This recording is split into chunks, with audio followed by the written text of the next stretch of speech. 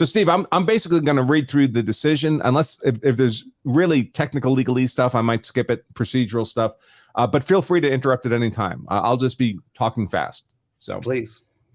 All right. So the trial of the petitioner. So this would have been the defendant at trial. He's the petitioner or the appellant when he's on appeal. At the trial of the petitioner, Abrukwa, the circuit court for Prince George's County, that would be the trial court, permitted a firearms examiner to testify without qualification, meaning without limitation. He's absolutely certain that bullets left at a murder scene were fired from a gun that the defendant had acknowledged was his, based on reports, studies, and testimony calling into question the reliability of firearms identification analysis. The appellant contends that the trial court abused its discretion in permitting the firearm examiner's testimony. The state, relying on different studies and testimony, contends that the examiner's opinion was properly admitted. So this is the issue in dispute in this decision, folks. And of course, the key here is that the firearms examiner made this claim that he matched the bullet to the gun without qualification. He could not be wrong. This has to be the match. By the way, even if he had some qualification, if he'd said, well, I'm 95% sure, or I'm 90% sure, or 80% sure, you'd think that might be fairer. But he doesn't have data to support any of those numbers either. Well, and this is one of the things you dive deep into the opinion, is that there is no way to know the error rate. And that is a big problem. Or even how to measure the error rate. They can't agree on it. Exactly, right. We conclude, so this is the spoiler part of the start of the opinion, folks. I do this all the time. We conclude that the examiner should not have been permitted to offer an unqualified opinion that the crime scene bullets were fired from the defendant's gun. The report, studies, and testimony presented to the trial court demonstrate that the firearms identification methodology employed in this case can support reliable conclusions that patterns and markings on bullets are consistent or inconsistent with those on bullets fired from a particular firearm. Those reports, studies, and testimony do not, however, demonstrate that the methodology can reliably support an unqualified, unrestricted, unlimited conclusion that such bullets were fired from a particular specific firearm.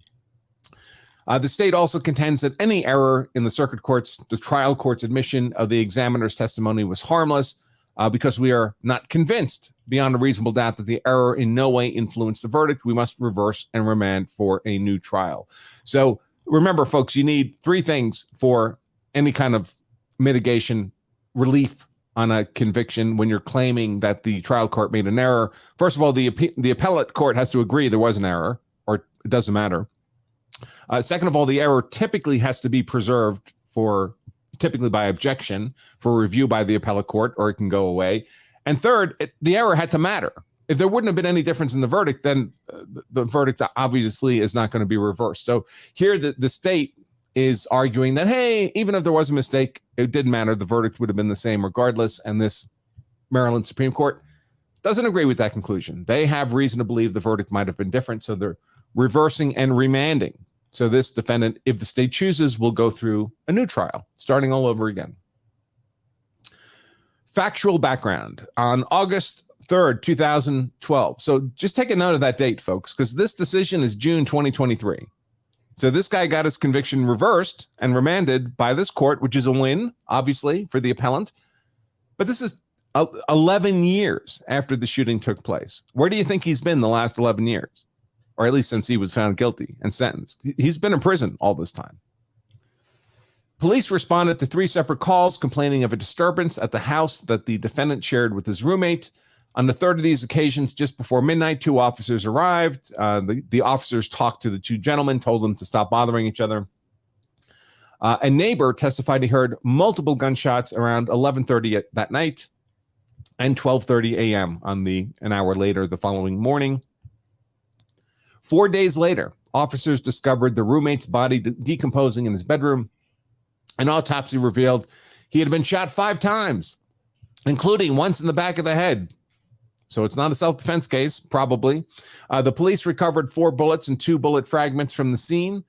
During questioning, the defendant told police he owned 2 firearms, both hidden in the ceiling of the basement. The police recovered both firearms, a Glock pistol and a Taurus .38 special revolver. A jailhouse informant, never talked to anybody in jail, folks. A jailhouse informant testified the defendant had said he had engaged in a heated argument with the roommate, snapped, and shot him with a .38 that he kept in the ceiling of his basement. It's oddly specific for a jailhouse conversation.